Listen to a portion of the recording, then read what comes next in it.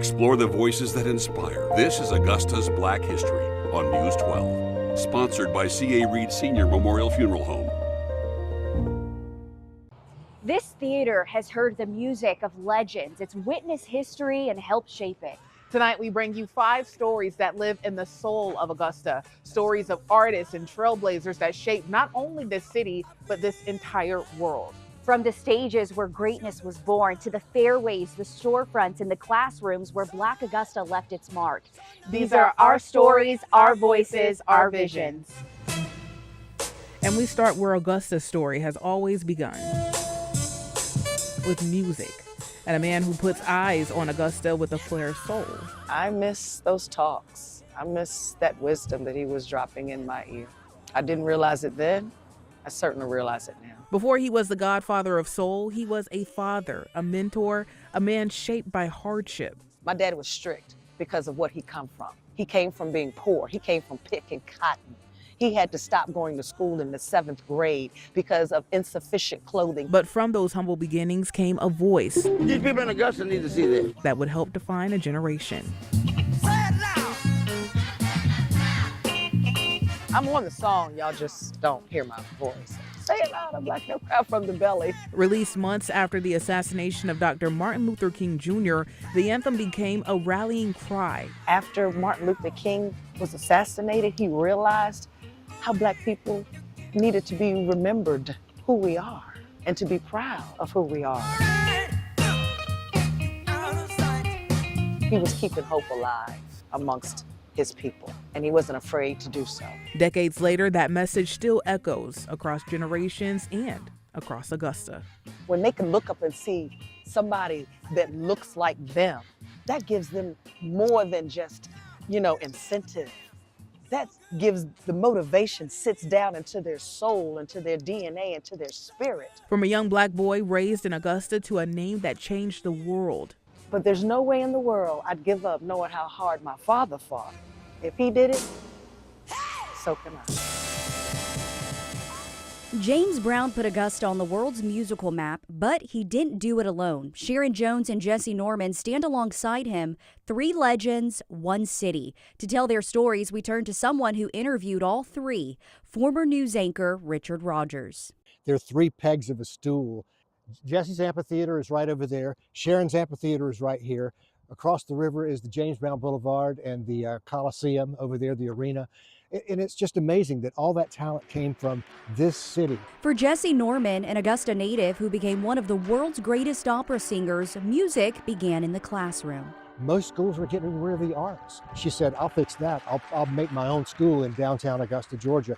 And she was so proud of the Jesse Norman School of Performing Arts. That school still stands today, supported by donations and grants. Across the river, Sharon Jones never forgot where she came from. That old school sound is what attracts a lot of people, especially in my generation.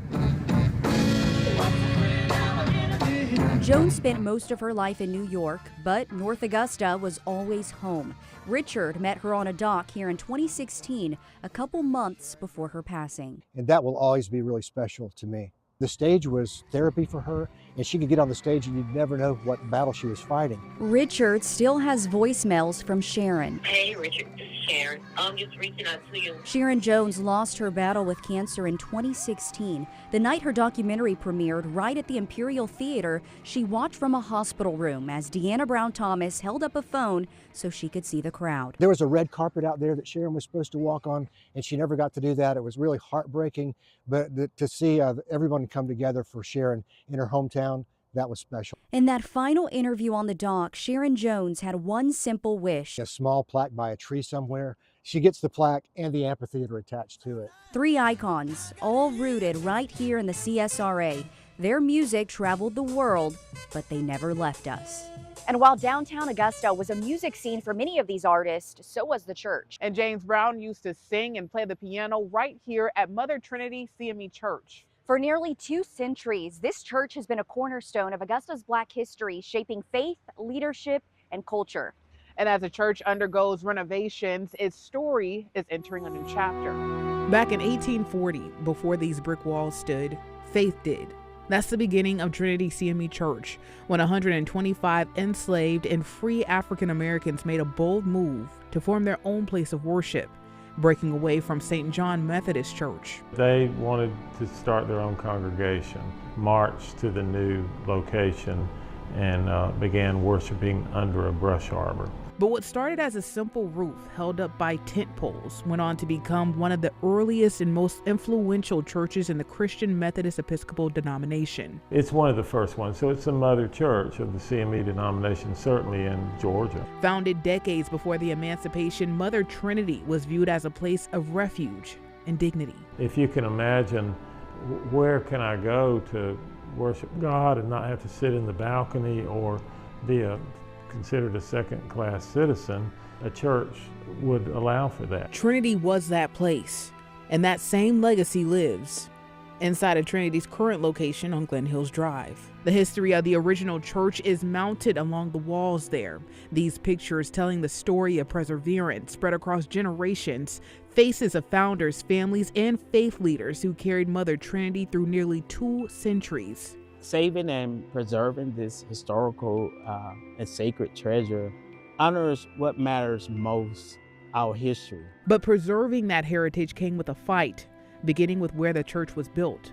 The structure originally stood across the street from a gas plant where decades of coal burning contaminated the soil. And not only was it in the soil, but it was getting down to the point it might get into the water table. And Montgomery says these gas plants weren't just here in Augusta.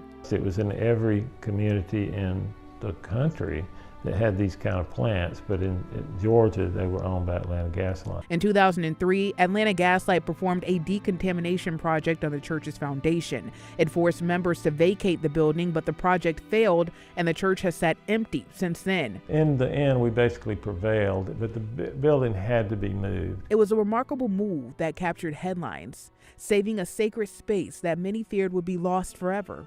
Today, the Augusta Canal Authority owns the building. Leaders there are now working to restore it and asking the community for ideas for what's next while ensuring the history lives on. There were a lot of ideas thrown out, but the thing that struck me the most was making it some type of tourism. People can come in, see the actual physical structure, see some historical artifact. And for Dr. Benjamin, carrying that story forward is deeply personal. As the 40th pastor here at Trinity, I stand on the shoulders of giants who have come before me. And so carrying the baton in this season is both a sacred honor and a deep blessing. And it's a legacy leaders hope will continue to inspire the next generation. When young people learn about Mother Trinity, I hope they'll discover what our ancestors knew, that faith in God makes the impossible possible. And from CME churches, HBCUs were born, including one right here in Augusta, Payne College. Just this month, we lost a prominent civil rights leader who's made several stops in our area, including Payne College. In 2019, the Reverend Jesse Jackson brought a message to Payne College urging students to find their purpose and use their power at the voting polls. His reach stretched far beyond his South Carolina roots, from the civil rights movement to 2 presidential campaigns, not winning, but leaving a message that is still felt today. You must not surrender. You may or may not get there, but just know that you are qualified and you hold on and hold out. We must never surrender. America will get better and better. Keep hope alive.